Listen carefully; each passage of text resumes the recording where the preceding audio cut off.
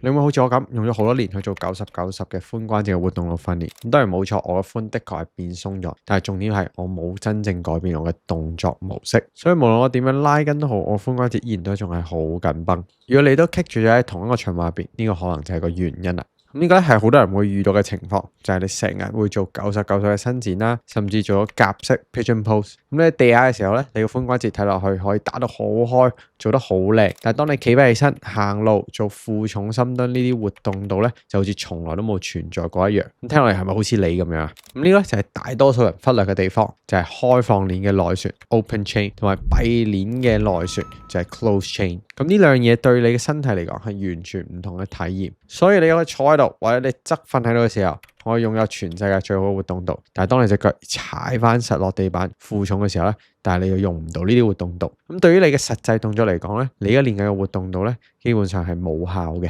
而之間嘅差距就係點解你仲係有代償喺你嘅活動模式入邊？點解你仲係會陷入骨盆前傾啲體態？或者點解你做多啲行路啊、企得多啊，或者深蹲試圖承重嘅時候，個髖關節都係會感受到會有擠壓感。咁當我哋拆解咩先係真正嘅內旋，咁大多數人咧以為就係我哋大髀骨 femur 向內轉，好似咁樣。咁但係咧佢哋就係講啱咗一半。咁真正嘅髖關節嘅內旋咧，係涉及到你嘅骨盆。咁具體嚟講，你嘅無名骨 innominate bone 咧，都需要向內旋轉，創造空間俾你嘅大腿骨向後滑動。咁當你做外旋嘅時候咧，咁個情況就啱好相反啦。無名骨就要向外打開，等你嘅大髀骨可以向前滑動。咁你係需要呢種機制去完成你所有嘅事嘅。咁由你嘅步態嘅中期支撐 mid stance 開始，當你將重心轉移到支撐腳嘅時候，或者運動員切咗嘅時候，髖關節去承重，甚至係你深蹲坐落去或者做硬拉呢啲髖屈嘅動作，喺髖屈90度嘅時候，或者要去到一個平衡嘅深蹲嘅位置，你都需要內旋先可以去到個底部，然後可以推翻自己起身。咁你嘅身體咧好聰明，但係都好懶嘅。如果佢冇辦法用正確嘅方式得到內旋嘅咧，佢揾用最少阻力嘅方式去做到同一樣嘢。咁呢個咧就代表你會陷入骨盆前傾，你個骨盆向前傾倒，咁樣咧會俾你嘅大髀骨咧向內旋轉一個槓桿。咁但係問題係，你而家已經係一個起始點，就已經處於一個內旋嘅狀態。咁當你需要更加多嘅內旋嘅時候，其實你已經冇咗咁多空間啦。咁最常用一個評估咧，就係一個主動嘅直腳抬腿，一個 active straight leg raise。咁點解咧？因為當你鎖死咗膝頭哥同抬起腳嘅時候，你嘅大髀骨會產生內旋。咁當你抬到大概70度嘅時候咧，你嘅薦骨會輕微咁樣向嗰一側做旋轉嘅，而你嘅無名骨咧必須要去到內旋。咁如果你可以控制到個動作去到70度，而你隻腳冇任何代償嘅動作出現，咁代表你已經好好咁樣連接到你嘅骨盆同埋大髀骨嘅內旋啦。咁當然有例外嘅情況，譬如你將隻腳抬高幅度超大，好似100到180度咁樣，咁就係你毫無控制咁樣揈上去。咁呢個咧其實係一個唔好嘅警號嚟嘅。咁你可能處於一個骨盆前傾，大髀後側已經被過度拉長，所以你就唔需要一個真正嘅內旋嘅機制。咁我做完呢個 test 知道嘅真正問題就係，大部分嘅90-90訓練同埋開放鏈嘅動作都有佢嘅用處嘅。咁但係如果你做嘅全部淨係呢樣嘢咧，咁你就錯過咗內旋真正發揮作用嘅閉鏈步態特定嘅位置。咁所以你嘅活動度咧就冇辦法轉移到去日常生活嘅動作啦。所以今日嘅辦法咧，我哋策略咧就係可以做翻啲閉鏈嘅內旋啦。呢個就係我哋嘅框架。咁首先我哋要做好 positioning， 打開多啲空間，等我哋有空間去做內旋。然後咧就喺呢個位置上面學識正確嘅內旋啊，做啲閉鏈嘅動作。然後就會增加少少複雜度，咁同埋啲力量訓練。咁咧我哋就去增加翻我哋 capacity， 我哋嘅容量，咁就更加容易將我哋練到嘅內旋帶翻入去日常生活入邊啦。咁第一個就係一個嚟自 PRI 嘅訓練動作，咁啊專門咧針對改善翻我哋骨盆同埋髖關節嘅力學嘅。咁我哋嘅動作就叫 adductor pullback。咁佢嘅目標咧就係激活翻我哋嘅內收肌啦，咁啊促進翻我哋髖嘅內旋，咁啊透過啲特定嘅骨盆位置同埋肌肉發力咧，去改善翻我哋髖關節嘅內旋嘅能力嘅。咁最後就激活翻我哋嘅側腹，咁就係建立翻我哋核心同埋骨盆嘅連結，咁就可以穩定翻我哋肋骨同埋骨盆嘅位置啦。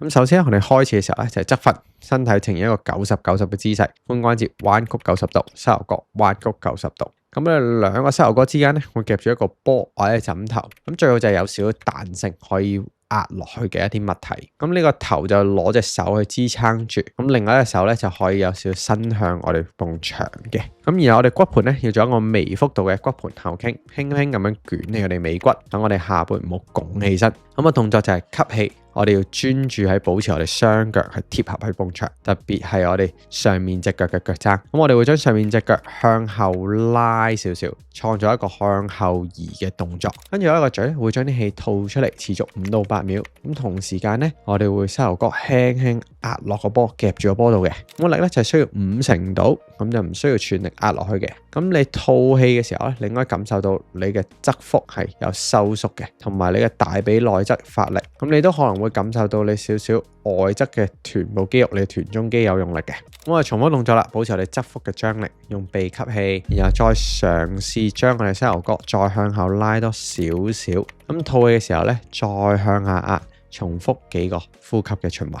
咁常嘅錯誤咧就係我哋膝頭哥向前喐啦。咁我哋喺吸氣或者吐氣嘅過程入邊咧，我哋原本向後拉嘅膝頭哥咧就唔可以向前滑動嘅，咁樣會令到我哋個髖失去內上嘅位置。咁我哋內收肌咧同埋腹斜肌咧嘅激活效果咧都會大大咁樣減少嘅。咁所以我哋必須要鎖實我哋膝頭哥嘅位置，甚至每一下都要嘗試再向後拉多少少嘅。咁第二就係我哋夾嘅位置唔啱，個波放得太前，或者放得太後。咁個物件咧應該放喺你大髀前1/3嘅位置，咁啊靠近你膝頭哥，但係唔會跌出去嘅。咁樣先有足夠嘅槓桿嘅力去執行向後拉同埋下壓呢個動作嘅。咁第三就係用力太勁啦，咁啊導致你髖部抽筋或者有不適嘅感覺。咁只要感受到我哋內收肌同埋腹斜肌就已經夠噶啦。咁如果有擠壓感或者唔舒服咧，咁就放鬆少少，減少向後拉個幅度，重新再調整。咁最後提一提睇下，有啲人可能會覺得個膝頭哥拉唔到嘅。咁如果你個身體真係硬到完全拉唔喐嘅話，咁你淨係有一個向後拉嘅意識都可以嘅，咁樣都可以啟動到正確嘅神經肌肉連結。咁第二就係一個閉練，練習我哋髖部旋轉嘅動作。而家最好嘅動作咧，就係髖關節嘅飛機，我哋 hip airplane 啦。咁佢嘅訓練目標好簡單，就提升翻我哋髖關節嘅活動度，咁就針對性咁改善翻我哋髖關節嘅內旋同埋外旋嘅。咁第二就係增強翻我哋單腳嘅穩定性，咁啊強化翻我哋臀中肌嘅控制能力啦，學習點樣喺單腳支撐下面可以控制好你嘅髖關節。咁第三就係矯正一啲左右嘅唔對稱，咁通常咧就係解決我哋深蹲或者硬拉嘅時候會出現劈劈歪埋一邊嘅一啲問題。咁我哋開始嘅姿勢咧，首先咧我哋要做一個單腳嘅 RDL 羅馬尼亞硬拉嘅姿勢。咁我哋單腳企，支撐嗰隻腳咧，膝頭哥微微彎曲，後面隻腳向後伸直。咁保持我哋隻腳穩定，我哋盡量有3點接觸，一個就係我哋腳趾公，一個係腳趾尾，同埋我哋腳踭。咁我哋上半身咧同埋後腳咧就會呈一條直線，就好似一個飛機一樣。咁我哋動作點樣做呢？就係將我哋所有嘅旋轉都係發生喺我哋嘅髖關節同埋個軀幹。咁我哋兩隻手咧淨係輔助去平衡，我哋千祈唔好用隻手去帶動身體。咁我哋做內旋嘅時候咧，咁隻手扶住支撐，將我哋骨盤向地面向下沉，咁慢慢將我哋嘅肚臍咧轉向支撐嘅腳。你應該感受到咧支撐腳臀部深層咧會有強烈嘅拉伸感。咁練習我哋外旋嘅時候咧，就係將個骨盤向外打開，遠離翻我哋支撐腳。咁你會感覺到我哋大髀內側我哋嘅 groin area 會有少少拉伸感嘅。咁注意呢個時候，我哋支撐腳嘅膝頭哥絕對唔可以向內夾嘅。咁常見錯誤就係隻手過度擺動啦，咁就我哋隻手去帶動個身體旋轉，而唔係我哋個關節去帶動嘅。咁所以我哋嘅手臂咧應該係相當靜止嘅，咁就好似我哋隻飛機翼咁樣，咁啊專注翻我哋骨盤嘅轉動。咁第二個錯誤就係啱講過，就係膝頭哥唔好向內夾。咁尤其是做外旋嘅時候，好多人咧會將個膝頭哥跟住向內喐嘅。咁所以我哋膝頭哥一定要 keep 住向前或者少少向外，咁啊確保要同我哋腳尖對齊做轉動嘅時候。咁第三就係足弓塌陷。咁就係我哋嘅腳掌成日喐嚟喐去，咁所以導致個足弓咧穩定唔到。咁所以我哋要建立一個穩定嘅3點支撐。咁就係我哋大拇指、我哋嘅尾指同埋我哋嘅腳踭一定要踩實啦。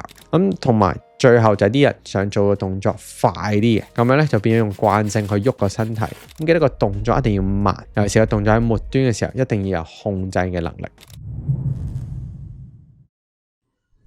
咁最後練習我哋內旋嘅動作就係一個 contralateral loaded 嘅 single leg box step down。咁佢嘅訓練目標就係強化單腳嘅穩定性同埋肌力，咁啊專注喺翻我哋支撐腳嘅控制能力啦。第二就改善翻我哋骨盤同埋核心嘅控制。咁我哋有啲對側嘅負重，咁就會挑戰我哋核心嘅抗旋嘅能力，同埋要保持翻我哋骨盤嘅中立。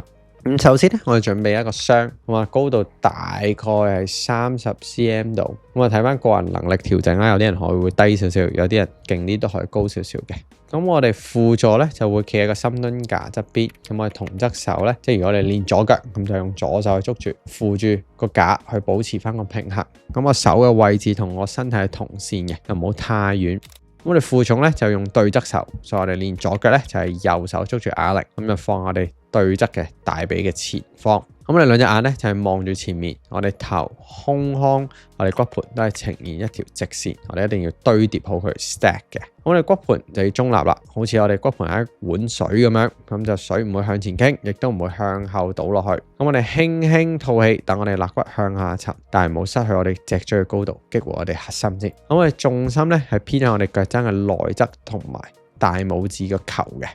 但係呢個並唔代表我哋外側嘅腳掌要離地嘅，只係一個重心分布係偏內側多少少啫。咁我哋吸氣向下蹲，我哋用鼻吸氣啦，慢慢彎曲支撐腳嘅膝頭角向下蹲落去。咁我哋懸空嗰隻腳咧，即係唔係練緊嗰隻腳咧，就保持喺個箱嘅邊緣外面就得噶啦。咁我哋慢慢落去蹲到直接我哋離開個箱嗰隻腳咧，慢慢腳掌掂一掂到地下。咁記得淨係掂啫，唔好將個體重轉移到去地下。我哋保持100% 嘅重心都係喺個箱嗰隻腳上面嘅。咁然後我哋吐氣企翻起身，用個嘴吐氣，跟住支撐腳發力，直到你個髖關節完全伸直。咁我哋開始熟悉個動作咧，我要加少少旋轉去訓練翻我哋內旋同埋外旋。咁我哋落去嘅時候咧，會慢慢將骨盤轉向我哋訓練嗰隻腳嗰一側嘅，然後上翻嚟嘅時候咧，就會去翻一個中立嘅位置。咁我哋落去嘅時候咧，你會感受到我哋臀部外側會有輕微嘅拉伸感，然後翻上嚟嘅時候咧，你會感受到我哋臀中肌會有參與到個動作入邊嘅，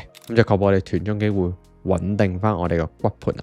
咁常見錯誤咧，第一個就係重心轉移，就係蹲到落底嘅時候咧，會唔小心將啲重量壓咗去落咗地嗰隻腳度。咁記得我哋就係輕輕掂到就要即刻上翻嚟啦。我哋重心永遠都係我喺個箱嗰隻腳嗰度。咁第二就係我哋身體過度前傾啦。咁咧就係為咗平衡，咁所以就過度去彎腰。咁當然我哋動作會有少少嘅寬鉸鏈向後坐，去加翻臀部嘅參與。咁但係我哋上半身咧，盡量都要保持直立，同埋我哋視線係向前嘅。咁第三個錯誤就係失去足部嘅重心啦。咁我重心通常就係會跑到去我哋腳掌嘅外面，咁導致我哋內側咧會有少少浮起。咁但係記得我哋一定要 hold 住呢啲接觸點，咁就係我哋內側嘅腳踭同埋大拇指球呢兩個接觸點。咁第四就係未完全企直啦，就係企起身嘅時候咧，膝頭哥同埋個髖微微彎曲，咁就已經做下一下啦。咁我哋每一下都要翻返去完全企直，我哋髖部已經完全伸展嘅位置度。咁今日教你咧就係大多數課表會忽略嘅缺口。如果你嘅內旋淨係存在於孤立嘅動作咧，而一負重佢就消失咗咧，咁你嘅訓練咧必須漸進式咁樣挑戰呢個能力，等佢喺唔同嘅情景入邊都可以保持到穩定。咁呢個就係擁有內旋嘅活動度同埋可以用到嘅內旋嘅活動度嘅差別啦。咁90-90訓練，我哋應唔應該繼續做？咁當然一定要留住佢，因為佢都係一個好重要嘅訓練。但係都要俾啲閉鏈、步態特定嘅位置成為你嘅訓練嘅主力，咁你先會見到最快、最顯著有效果。咁因為講到尾，你唔會喺地板上面用90-90嘅姿勢去移動，你係直立負重咁樣腳踩住地板去移動嘅。咁所以我哋由一側訓內收肌嘅訓練開始，跟住咧就開始練習我哋骨盤同埋大髀骨協同工作，創造內旋嘅感覺，然後再進展到做啲 step down 可以負重嘅動作。咁啊持續咗一段時間，你可以睇下你嘅身體嘅移動方式會唔會有啲咩唔同。咁如果你覺得呢條片可以幫到你，你覺得你做好耐嘅靈活度訓練都係改善唔到你嘅內旋嘅話，咁麻煩你幫我按一按讚同埋訂閱呢個 channel。咁我每個星期咧都會分享啲基於生物力學嘅訓練技巧，幫助你訓練得更加聰明，而唔係更加辛苦。咁如果你今日試咗呢3個動作，麻煩你喺留言度話俾我聽你嘅感受係點樣，特別係最後一個 step down 嘅變化，你覺得個髖部嘅感覺係點樣？咁希望今日嘅影片可以幫到你，唔好俾身體嘅問題影響你做你中意做嘅嘢。等我哋一齊 move without limits，我哋下次見。